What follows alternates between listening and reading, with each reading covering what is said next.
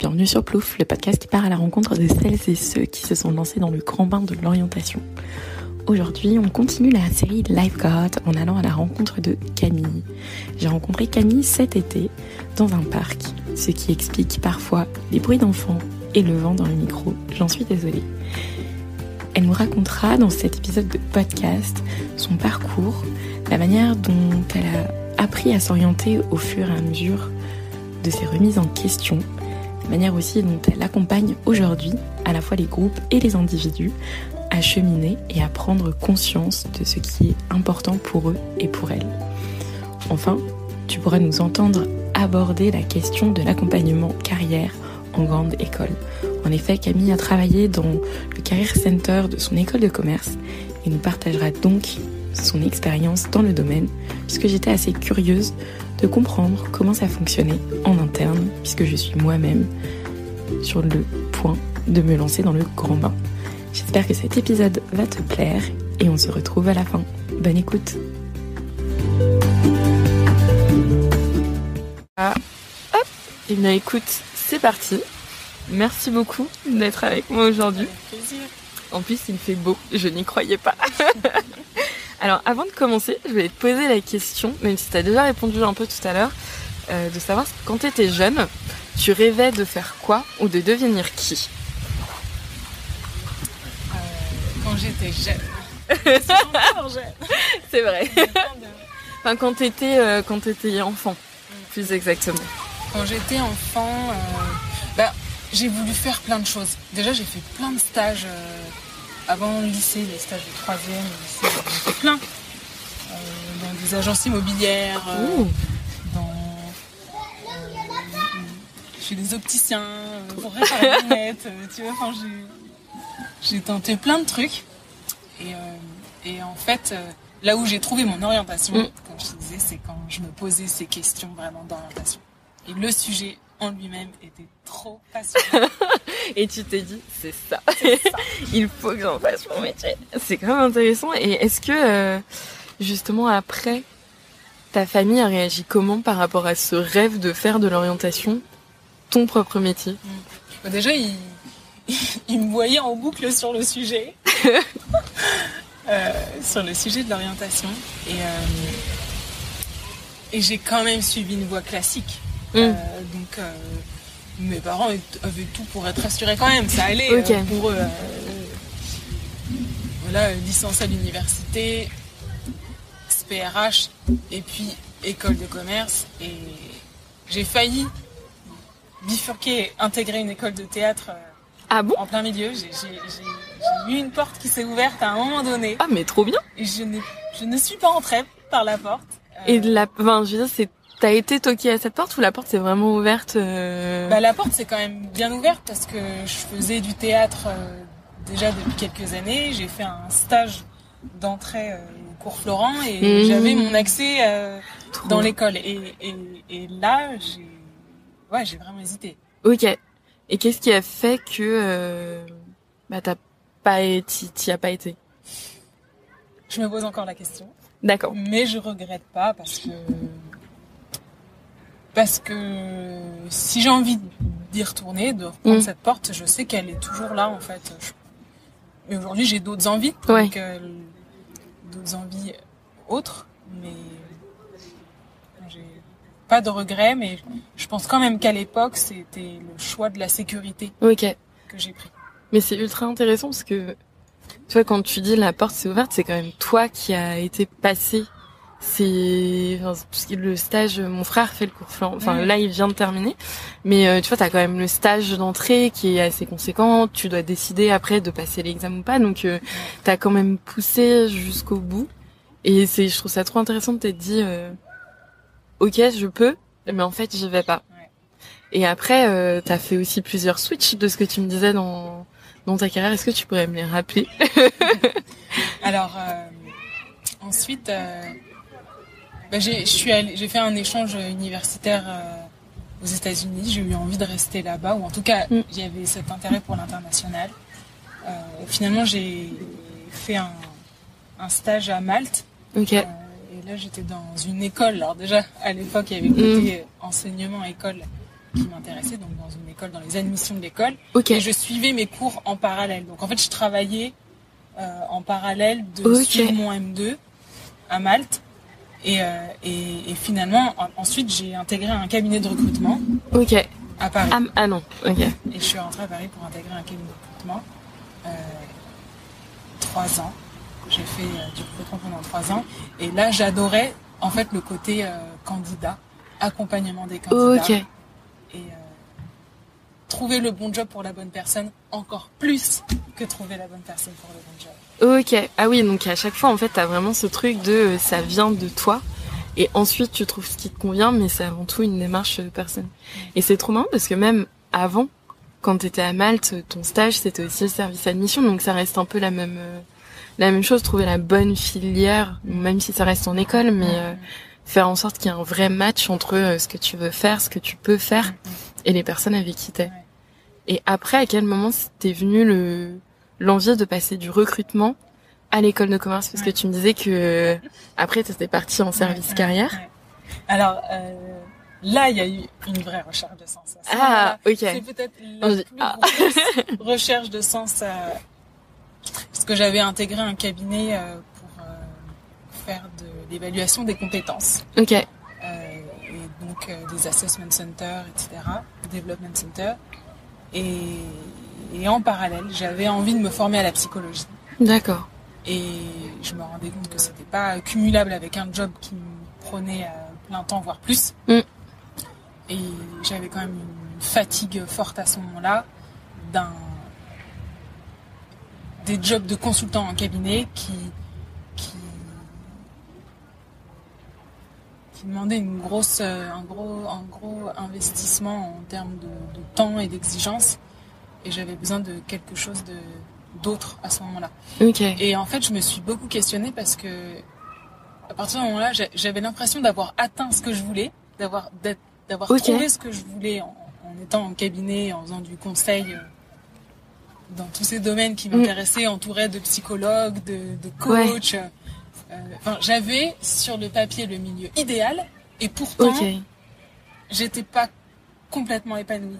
Et là, j'étais perdue. Mais vraiment perdue. Je ne savais plus quoi faire. Ce que je devais faire, j'ai vraiment une remise en question insupportable. Et c'était après combien de temps, justement, dans ce cabinet de RH que tu t'as senti ce manque, ce sentiment de te dire je sais pas du tout où j'en suis?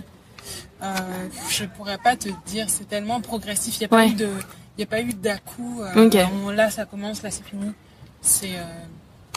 Je suis partie, j'ai démissionné et j'ai eu un temps de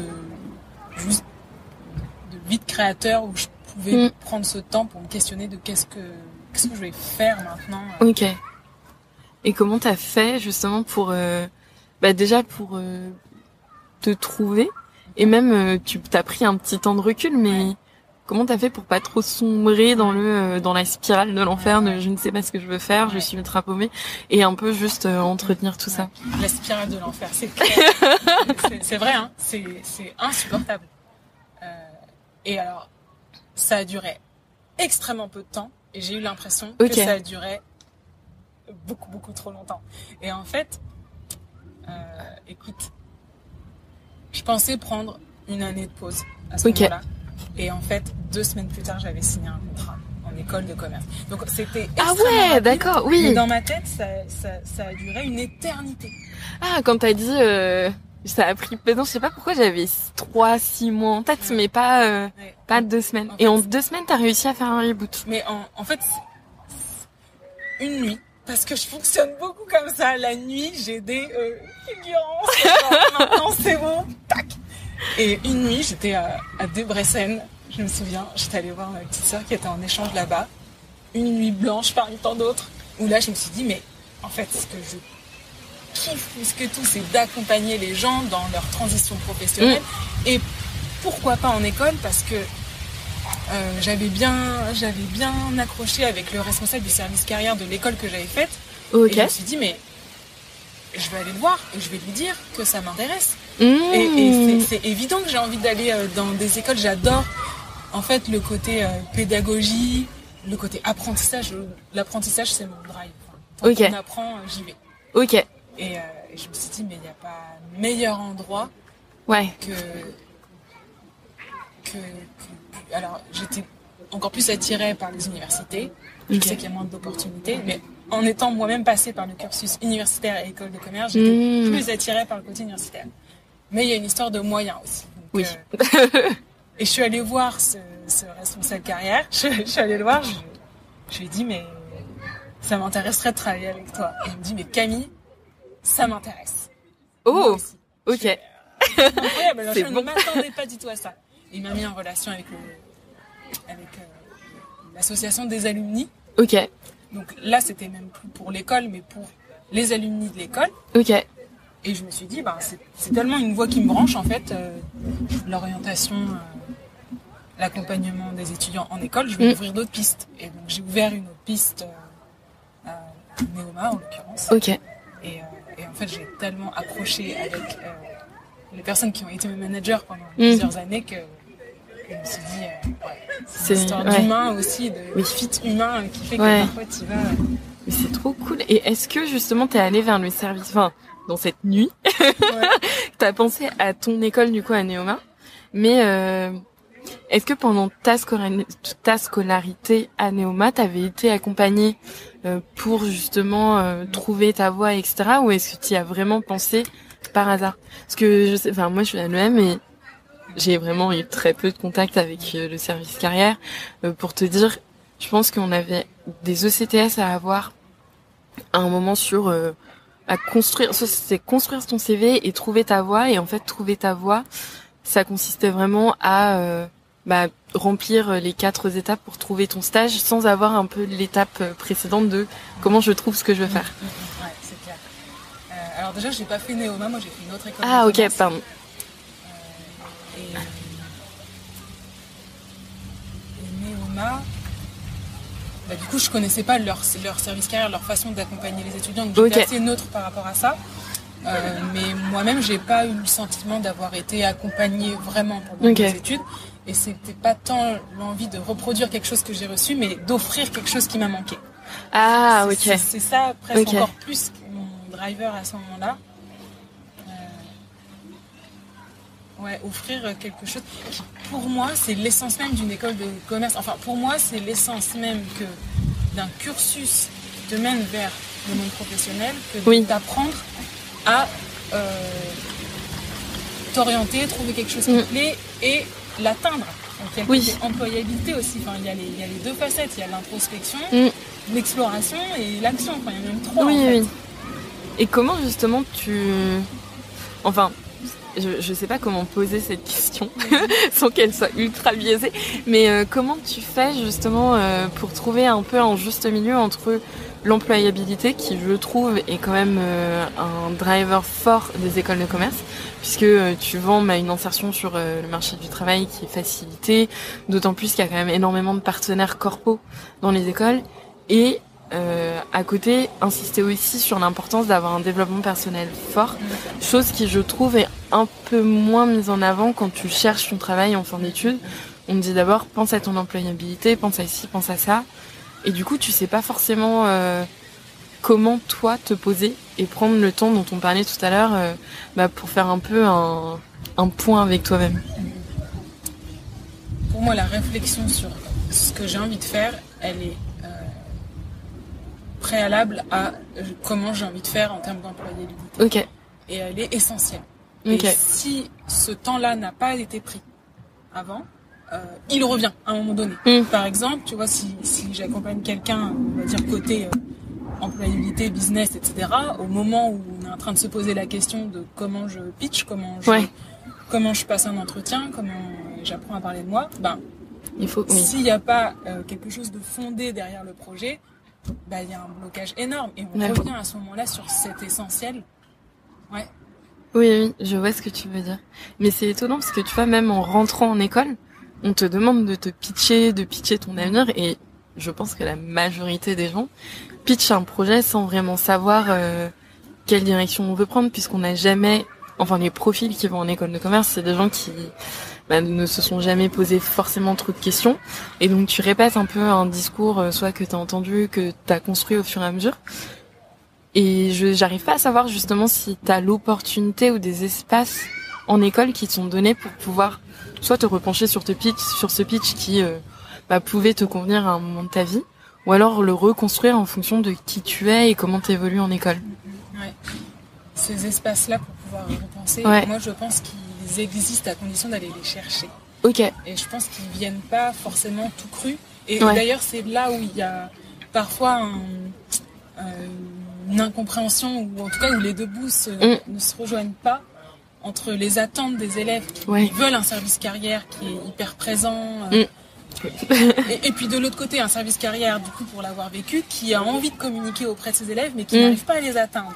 Okay. En fait, il y a une forme de comment je communique en interne pour les atteindre et les intéresser. Et je sais de l'autre côté aussi, pour y avoir été, c'est cette attente de où est le service carrière, où sont ces espaces de discussion.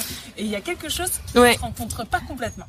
Je pense que le point de rencontre, c'est les associations étudiants ou les étudiants ambassadeurs, des formes de partenariat entre ces instances qui peuvent être source de conseils, d'accompagnement, et les étudiants. En fait, le meilleur lien pour moi, c'est les étudiants qui sont ambassadeurs. Ouais, donc c'est un peu créer une boucle, un cercle cercle vertueux pour faire en sorte que le service carrière soit construit et porté par les gens qui en bénéficient. Oui, je pense. Ok. Ah, c'est très intéressant. Parce que c'est vrai que j'ai l'impression que soit t'as des personnes qui se posent pas forcément la question avant leur sortie d'études, et donc ils ne cherchent pas le service carrière, ou alors uniquement les groupes assez ciblés qui sont déjà mis en valeur. Genre, je pense tu vois, au conseil en strat, ou comment intégrer une bonne boîte d'audit, etc. Et pour ceux-là qui se posent peut-être la question plus dans les 1-2 ans en sortie d'école, t'as un service qui est très bien mis en valeur, je trouve, sur des groupes de travail ensemble, pour pouvoir un peu creuser tes envies et tout. Mais pour les gens qui sont paumés avant, j'arrive pas à savoir justement comment. Enfin, ils se retrouvent. Beaucoup de personnes m'ont dit qu'ils se retrouvaient pas dans les offres du service carrière. Et de ce que tu es en train de me dire, j'ai l'impression que c'est des sujets sur lesquels vous travaillez, mais qu'il n'y a pas forcément de répondants.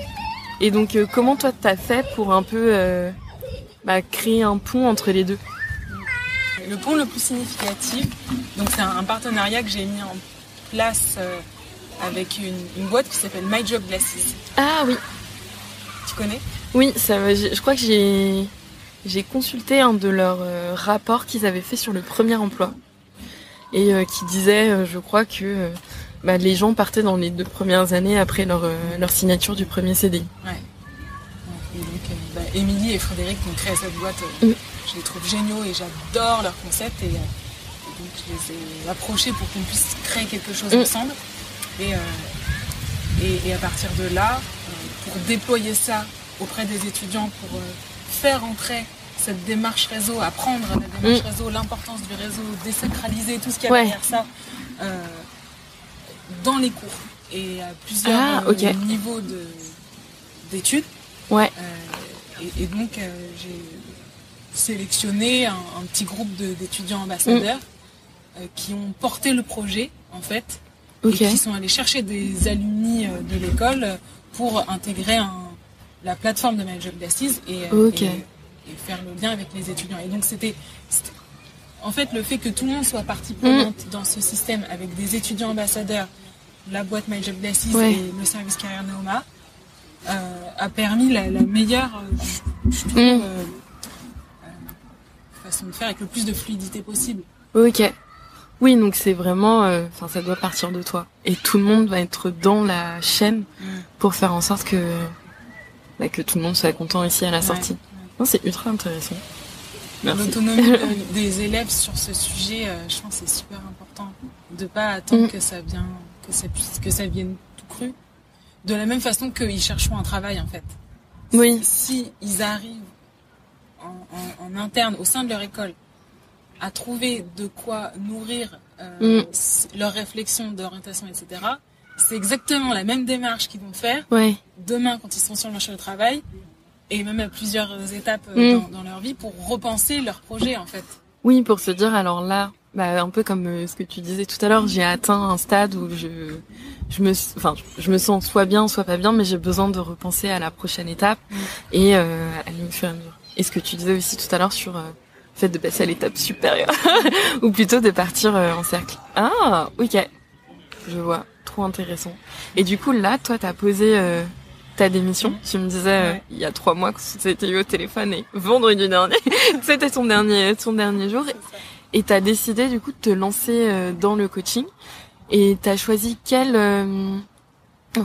pas quelle spécialisation, mais tu me disais tout à l'heure que t'avais choisi à la fois le coaching collectif et individuel.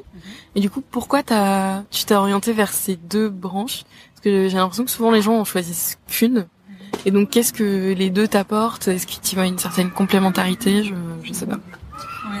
Oui, moi je trouve que les 2 sont très complémentaires, à la fois pour moi en termes d'intérêt, à la fois pour les coachés. Souvent, ils ont une appétence pour l'un ou pour l'autre. Okay. En coaching individuel, c'est plus facile d'aller en profondeur sur un sujet. Okay. Et en coaching collectif, c'est plus facile d'aller en largeur sur un sujet. Ok. Et donc c'est 2 façons d'aborder son évolution différente. Ok. Et toi, est-ce que quand tu me disais aussi que tu étais partie en Asie, que tu avais été portée par la rencontre des gens, et est-ce que les personnes qui sont en individuel peuvent aussi aller profiter de l'offre qui est collective ou se retrouver dans un groupe? Parce que j'ai l'impression que justement tu as un peu ce truc de... Tu te construis aussi en parlant avec les gens, en voyant un peu leur trajectoire de vie. Bon, après, c'est un avis ultra personnel. mais justement, est-ce qu'en coaching collectif, t'as pas peur que des fois, il puisse manquer un peu cette brique de confrontation de ton projet, de tes réflexions, de qui tu es avec peut-être un groupe? Qu'en individuel, il puisse manquer ça? Ouais. C'est vraiment une question personnelle que je n'avais pas du tout notée. Je pense que les 2 se complètent très bien et si on est en individuel, il y a moins de confrontation en termes de nombre de personnes, mais il y a une confrontation qui peut être plus poussée dans la relation en fait entre le coach et le coaché. Ah, ok. On peut aller peut-être plus loin en fait. Encore. Ok. Et puis aussi parce que la personne est quand même dans un système et qu'il y a aussi tout le système à prendre en compte. Dans ces cas-là, c'est comment, au-delà du coaching individuel, le coaché va aller chercher ces confrontations. Ok. Ou plutôt ce regard extérieur sur son projet, quoique encore le regard extérieur sur le projet, c'est peut-être pas tant le plus important, je pense. Mais, je pensais plus à un regard... je pense à des outils, des exercices plus, tu sais, de dire va voir ton entourage et demande-leur peut-être quelles sont pour eux les valeurs que t'as, que tu portes, ou quelles sont les choses qui pourraient te convenir, etc. Et me dit déjà peut-être qu'en groupe, quand tu connais pas forcément les gens, t'as aussi un peu pas ce non-filtre, mais c'est ce que j'appelle l'effet voisin de train où tu leur racontes ta vie, tu sais que tu les verras pas. Et c'est bon plutôt que peut-être justement aller voir des gens que tu connais. Je trouve que la vulnérabilité est encore plus dure à atteindre. C'est vrai. D'où la question, tu vois, pour est-ce que c'est des types de personnes différentes ou je sais pas. J'ai accompagné des personnes qui voulaient faire vraiment que de l'individuel et qui étaient très centrées sur ça en me disant c'est personnel, j'ai pas envie de partager avec tout le monde tout ce qu'on va se confier. Et donc, ils avaient fait ce choix de l'individuel et pour eux, c'était pas une option que de faire autre chose. Ok. Et puis, j'ai aussi accompagné des personnes à la fois en individuel et en collectif en même temps. Ah, ok. Et qui allaient travailler des aspects différents en individuel et en collectif. Et je pense aussi que dans le collectif, il y a une part individuelle, en tout cas qui est importante pour moi, d'établir un pacte et une confiance avec chacun individuellement avant de se lancer dans le collectif. Et peut-être aussi une forme de bouclage à la fin en individuel qui est importante. Ok. Et on parlait justement de timing tout à l'heure. Ouais. Comment tu fais quand tu es en collectif pour... pas pour les harmoniser, parce que je pense que tu peux pas vraiment lisser les personnalités de chacun ou le moment où t'en es, mais comment tu fais en sorte pour que tous ces timings se croisent et arriver à créer un espace où les gens ensemble peuvent prendre du recul chacun sur leur expérience? Et quel serait ton questionnement par rapport au timing? Ce serait quoi la limite pour Non, toi? mais pas forcément de limite, mais tu vois, tu disais que t'accompagnais des gens qui étaient plus cadres, des gens qui étaient jeunes pros, et donc même si les questionnements sont similaires, je pense quand t'as un moment de transition, t'as forcément des peurs qui sont communes, des envies qui sont communes, mais comment... mais ce que je me dis, tu vois, un jeune diplômé est pas forcément a pas forcément les mêmes limites, au sens où t'as pas forcément de famille, je sais pas, j'allais dire un prêt immobilier sur le dos, etc. Par rapport à quelqu'un qui serait peut-être plus avancé dans sa carrière, si on peut encore parler de carrière, et qui aurait à ce moment-là d'autres questionnements en termes de timing. Et c'est pour ça, genre, je me disais, comment tu fais en sorte que ces timings se rencontrent et que ce soit bénéfique à chacun et chacune. Ouais, je comprends. Et derrière cette histoire de timing, ce que j'entends aussi, c'est l'intention ou les objectifs de chacun, les demandes de chacun à rejoindre, en fait. Ouais. Alors, déjà, il y a Pardon.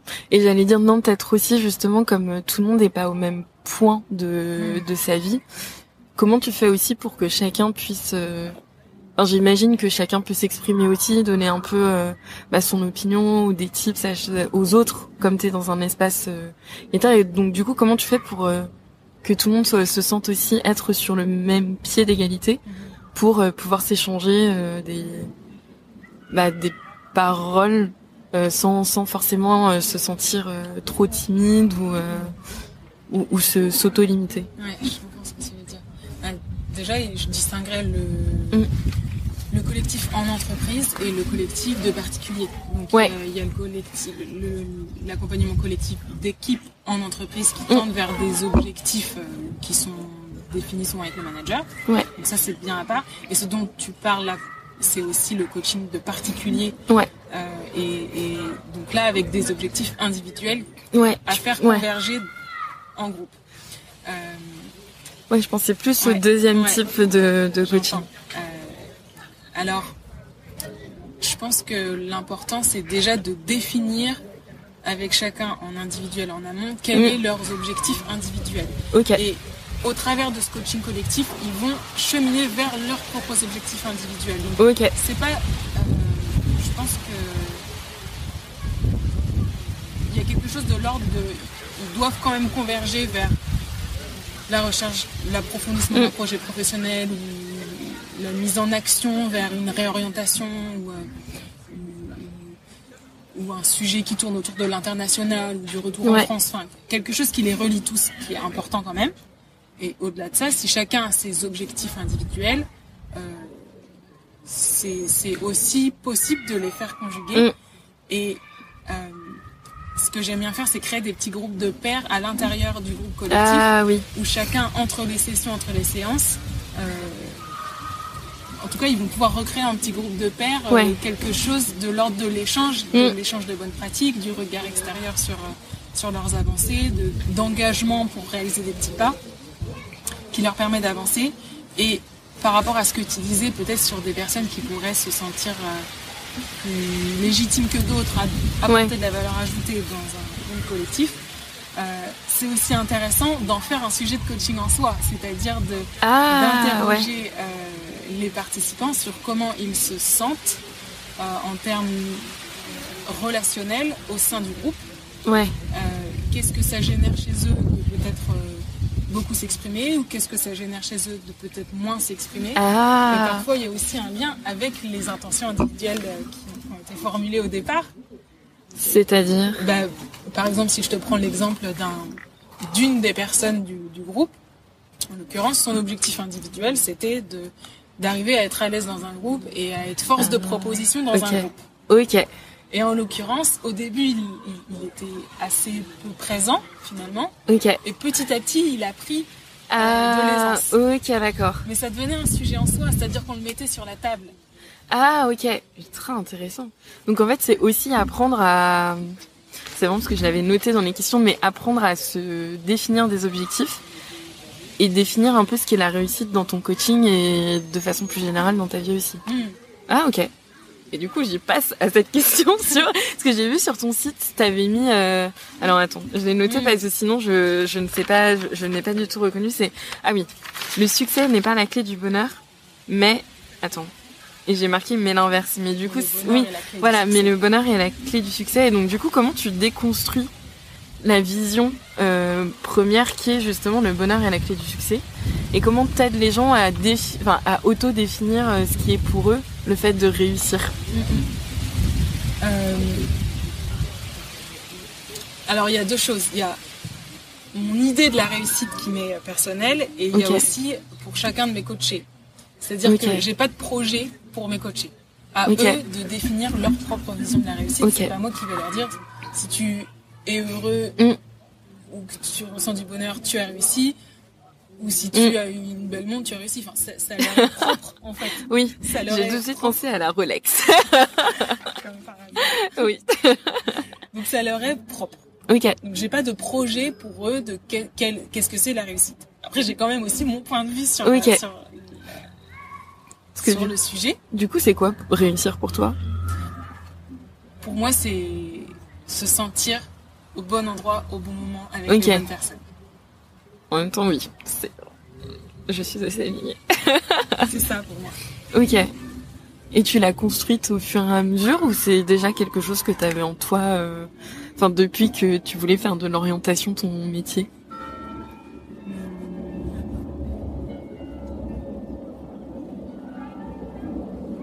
J'ai quand même eu une partie de ma vie où j'ai été un peu carriériste. Ok. J'ai quand même eu cette illusion à un moment donné que c'est ça qui allait me rendre heureuse. Ok.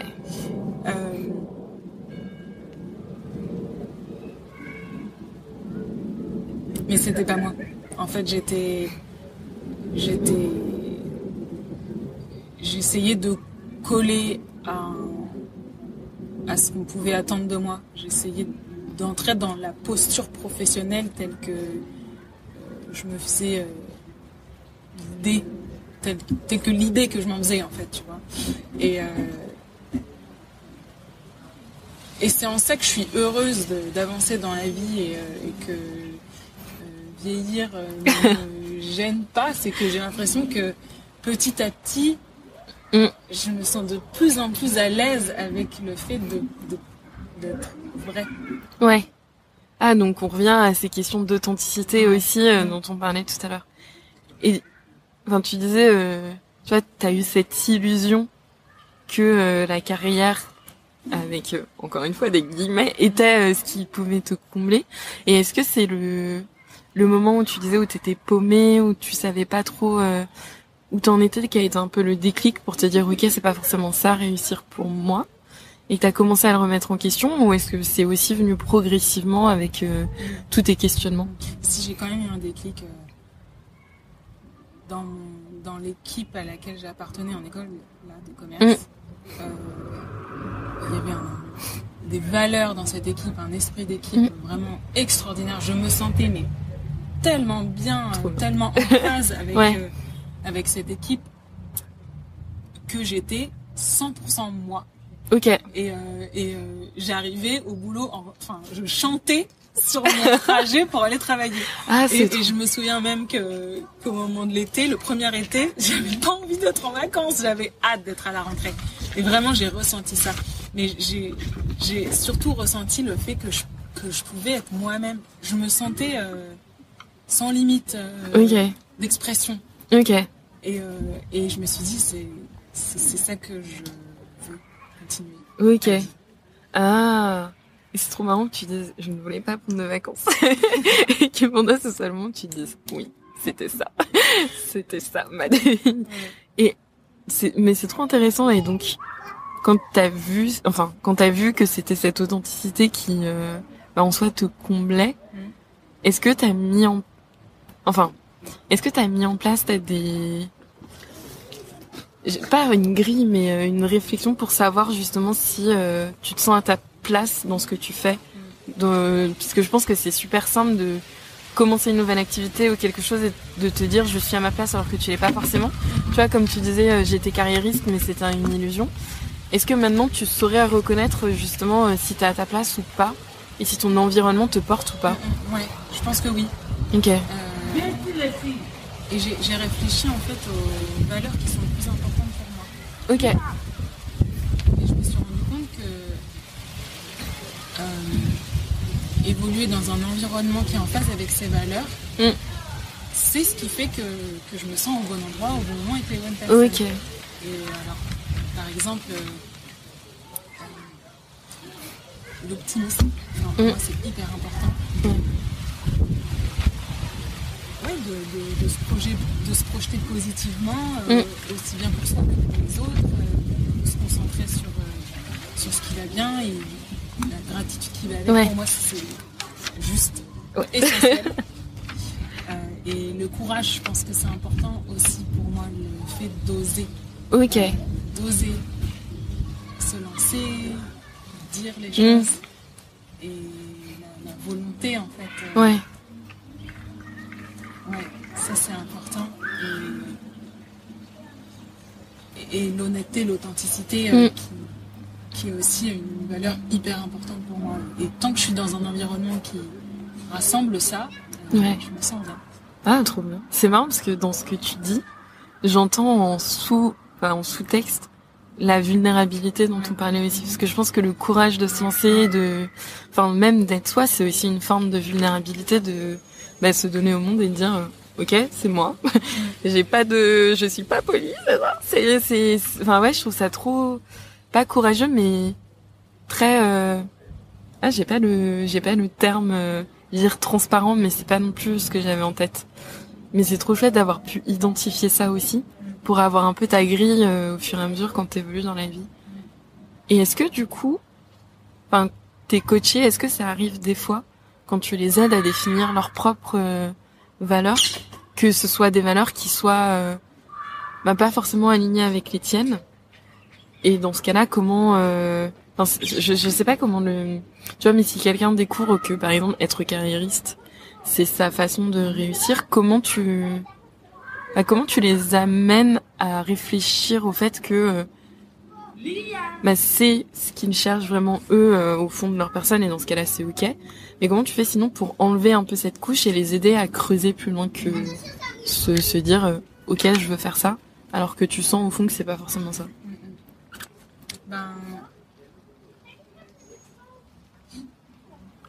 Ça m'est déjà arrivé de pas être en phase avec les valeurs des personnes que j'accompagnais.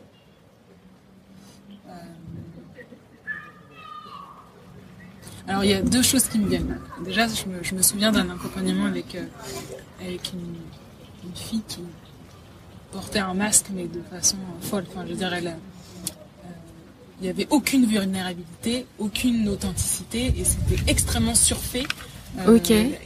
Une carapace de fou. Et en fait, je me sentais pas bien avec elle. Ouais. Et je lui ai juste dit ce que je ressentais. En fait, en fait, je lui ai dit voilà ce que ça me génère, voilà comment je suis, voilà ce que je ressens à côté de toi, et je fais l'hypothèse que d'autres personnes que moi vont ressentir ça aussi. Est-ce que ça fait écho chez toi dans ce que tu peux ressentir au parieur? Donc tu vois, là c'est la première chose à laquelle je pensais, et j'ai aussi accompagné un jeune garçon très carriériste, et alors c'est pas c'est aussi, je pense que les personnes ont besoin de faire leur propre chemin, et j'ai pas envie de déconstruire quelque chose ou d'avoir un projet pour eux. Et si leur volonté c'est d'atteindre tel objectif, et c'est ce qu'ils doivent poursuivre. Donc par contre, je vais les interroger sur en quoi c'est essentiel pour toi. Et peut-être qu'il en ressortira quelque chose, mais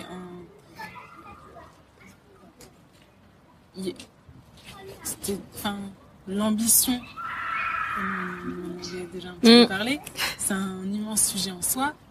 C'est comme la réussite, et ce dont on a parlé, certaines personnes qui vont poser leur ambition à certains endroits, et c'est ok, en fait on a besoin de tout. On a besoin aussi peut-être de gens carriéristes, peut-être qu'on en a aussi besoin. C'est vrai. C'est pas j'en pense pas du mal. C'est juste que... En fait, moi, la grande question, c'est pas du tout marrant, mais on a eu un grand débat avec des potes il y a pas très longtemps sur peut-on être carriériste et fun. Parce on avait souvent l'impression que à partir du moment où tu mettais ta carrière ou atteindre un certain niveau dans ta carrière, quel que soit le terme que tu mettes derrière, t'avais tout de suite moins d'opportunités potentiellement de t'exprimer et de t'exprimer, d'exprimer ton toi profond, parce que tu dois aussi correspondre à certains clichés de la réussite d'aujourd'hui. Tu vois, je pense pour avoir telle promotion, tu dois cocher telle case, pour avoir telle responsabilité aussi. Et donc, ça me pose plein de questions sur comment en fait tu te définis carriériste et quelle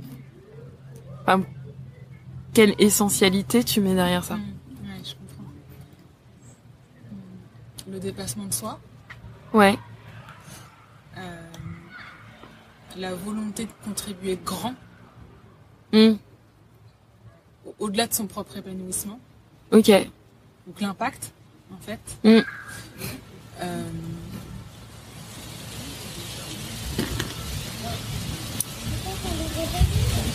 Et peut-être quelque chose de l'ordre de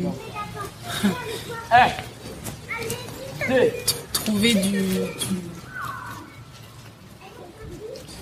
se rencontrer à travers ça, trouver une forme d'identité, peut-être, avec des gros guillemets, des personnes peut-être qui ont besoin de cette identité professionnelle pour se sentir plus à l'aise dans d'autres sphères de leur vie personnelle ou par ailleurs. Peut-être que cette recherche d'excellence professionnelle est nécessaire pour renforcer une illusion de confiance. Alors je mets illusion parce que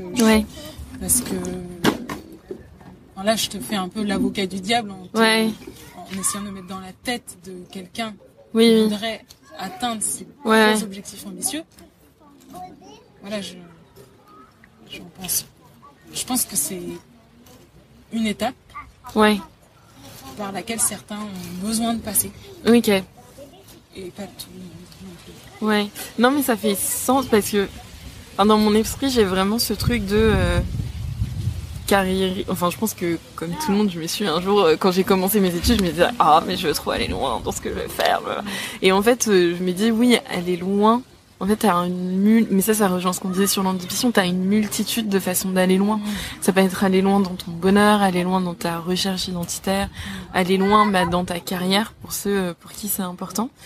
Mais j'ai l'impression que quand tu vas loin dans ta carrière, c'est un peu aussi une façon de mettre un masque sur tout le reste. Tu vois, on parlait tout à l'heure de tout va très vite, on n'a pas envie de prendre ce temps pour nous. Et en fait, je pense que c'est ce que je mets aussi derrière le terme carriériste. Et c'est pour ça que je me demande à quel moment t'as un peu cette envie de prendre du recul et qu'est-ce qui fait que tu vas prendre du recul, parce que là tu disais t'as accompagné quelqu'un qui était carriériste ou quelqu'un qui avait un masque social qui faisait que, mais pourtant c'est deux personnes qui sont venues vers toi. Et donc pour eux, quel a été un peu ce truc de se dire ok, maintenant j'ai envie de prendre du temps pour moi et de chercher ce qui est essentiel. Alors la première dont je te parlais, il y a eu quand même une forme d'énorme déclic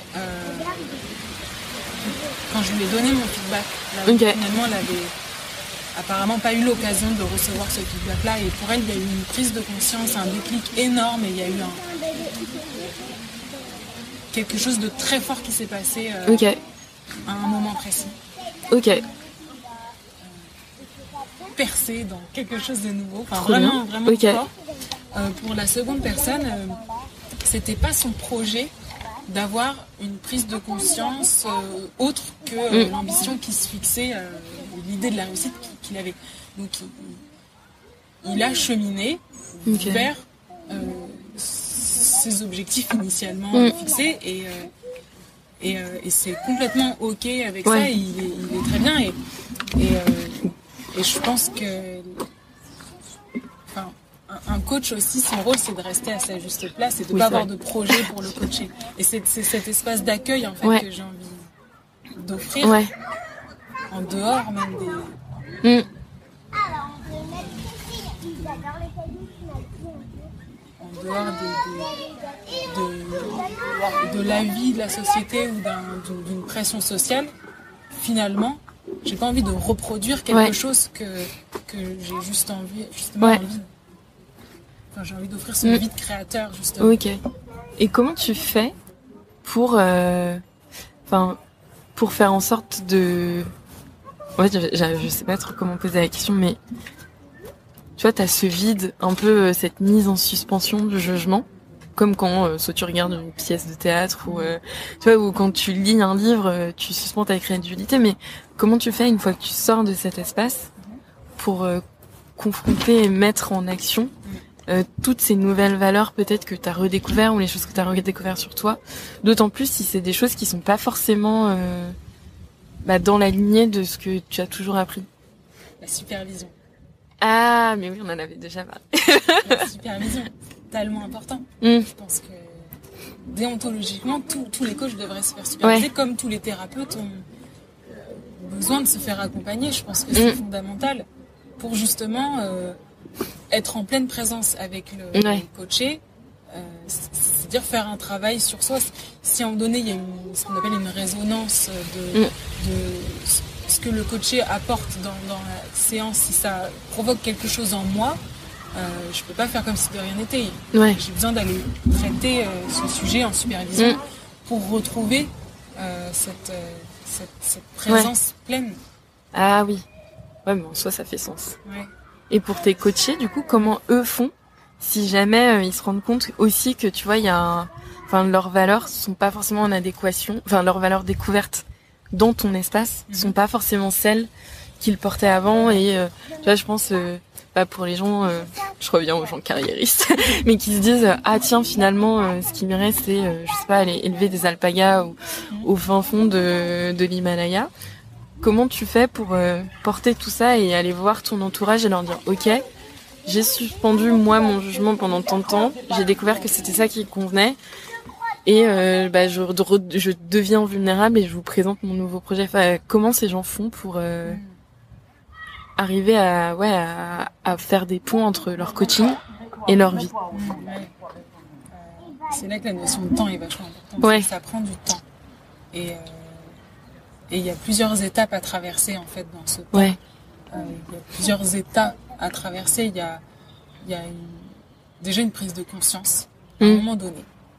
Et la prise de conscience, elle peut être douloureuse, choquante, et peut-être aussi soulageante. Et puis après, il y a aussi l'accepter en fait. Il y a toute une part d'accepter cette nouvelle version de moi en fait qui était là à l'origine, mais que là qui se dévoile. Il y a une phase d'intégration, d'acceptation, et puis après de courage pour aller le porter au monde,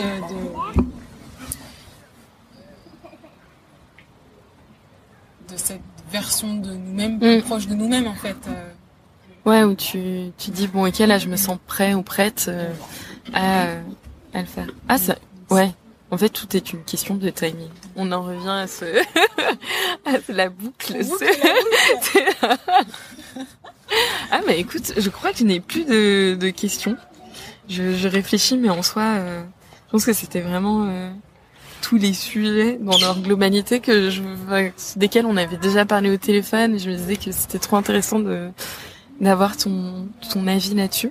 Peut-être pour clôturer, est-ce que tu pourrais peut-être me partager l'outil que toi t'affectionnes tout particulièrement dans ta grande bibliothèque? Je pourrais te parler du MBTI qui m'est très cher et de Jung, l'approche jungienne. C'est la personne qui a mis en place les types MBTI. Jung est très très peu connu en France parce qu'en France on est très freudien.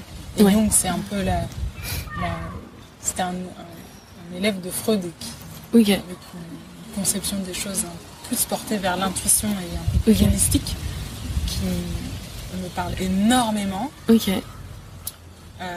Mais en fait j'ai pas envie de répondre à ta question sur l'outil parce que pour moi l'outil c'est pas le plus important. Et donc pour moi, le plus important, c'est la présence. Donc, c'est juste la disponibilité entière que j'ai envie d'offrir. Ok. J'adore cette réponse. Écoute, merci encore. Et puis, à très vite, j'espère. Super, merci à toi, Pauline.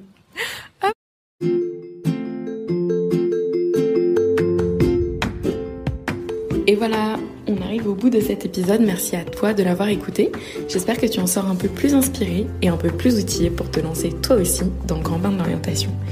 Si ce sujet de quête de sens en fin d'études t'intéresse, je t'invite à regarder tous les liens que je t'ai mis en description de cet épisode pour que tu puisses avoir un meilleur aperçu de tous les contenus qu'on te propose avec Our Millennials Today.